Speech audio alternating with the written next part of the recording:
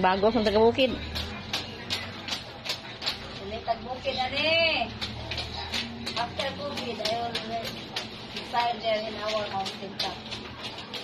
Pag kami lagi ito dito kuan. Payag ba? Yes, I will. See? I just forgot my childhood life. I used to do this with mga hoy. And magbago sa silhid. You know guys? Bago sa silhid. You know everything. How are you everything? Yes. I will bago-size my silhid. And the rest of this portion here, I will make it. Bro, to you, bye. I will make this as a toothpick, right? Another one, another one, another one.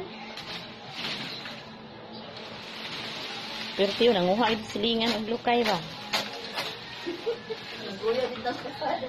Pasandig din na kay mauga na panghatag nagkahoy.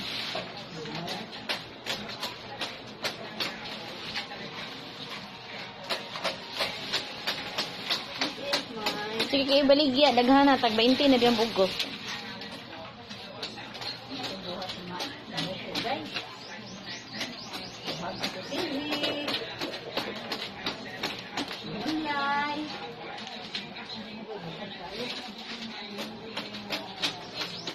Bukatan.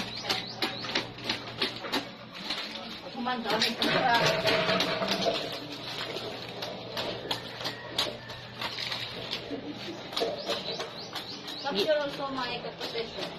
Giulod.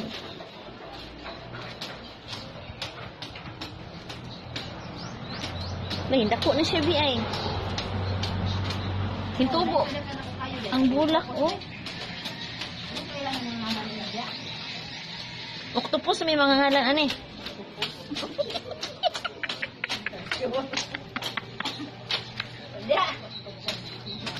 Tara, oh, na yung mga murag kuan. Tak, na yung murag ka ng bulbog. Jelly. Ano pa na kay siya, oh. Okay. Done, guys. Dan, bago sizing the coconut midribs. Coconut midribs, tuko.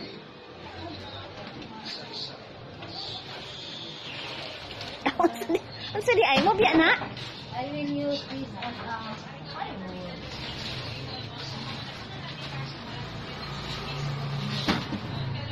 This one, I will make this as toothpick. Right? Toothpick, sok-sok na yan sa dingding, like my father kasi. So tired. Okay, start the game now. Bago. Yeah, you need to begin the bago sizing. So that you can all get the coconut midribs. Before, I used to do this double, triple, then do that one.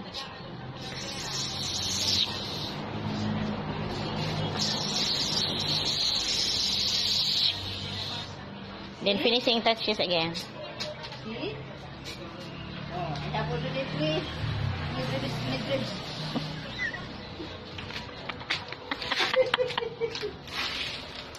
Another one, another one, another one. Jadi aron makakaon og binignit.